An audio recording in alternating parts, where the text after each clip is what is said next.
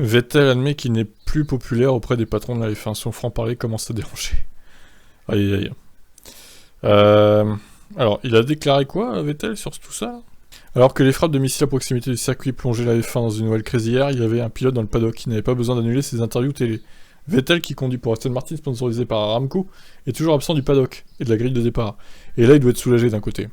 Il y a quelques jours à peine, il a accordé une interview à la chaîne allemande ARD et à l'agence de presse DPA sur la difficulté qu'il pose aux autorités de la F1 en raison de ses nouvelles opinions franches, y compris dans les questions politiques.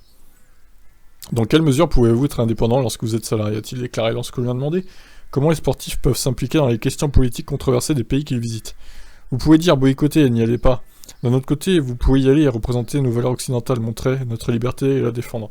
La question est de savoir à quel point vous êtes courageux lorsque vous êtes payé pour ça.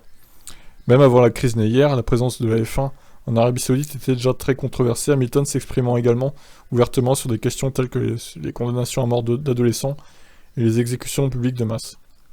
Ce n'est pas comme si la F1 choisissait où aller sur la carte, c'est plutôt les pays qui se tournent vers la F1. Et ça fait partie du modèle commercial, ils y investissent beaucoup d'argent, poursuivait-elle.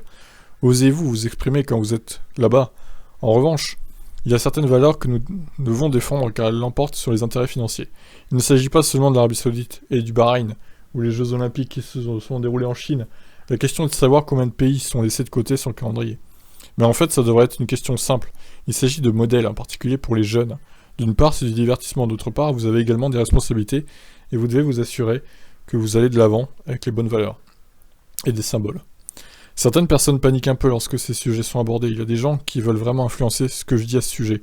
Je ne suis pas exactement le pilote le plus populaire aux yeux de l'organisation de la F1, mais personne ne peut me dire ce que j'ai à dire ou à ne pas dire, même si les gens n'aiment pas ce que je dis. Ça, c'est bien, Vettel. Bravo, franchement.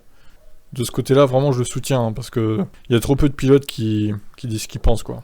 Ils gardent leurs opinions pour eux, de peur de faire des vagues, etc.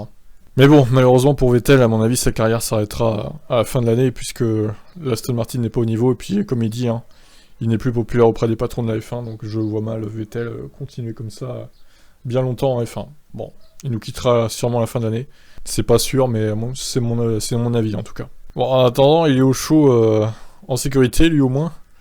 Et il peut remercier le Covid pour ça. Il a pas une menace de drone fou qui plane au-dessus de sa tête. C'est déjà ça.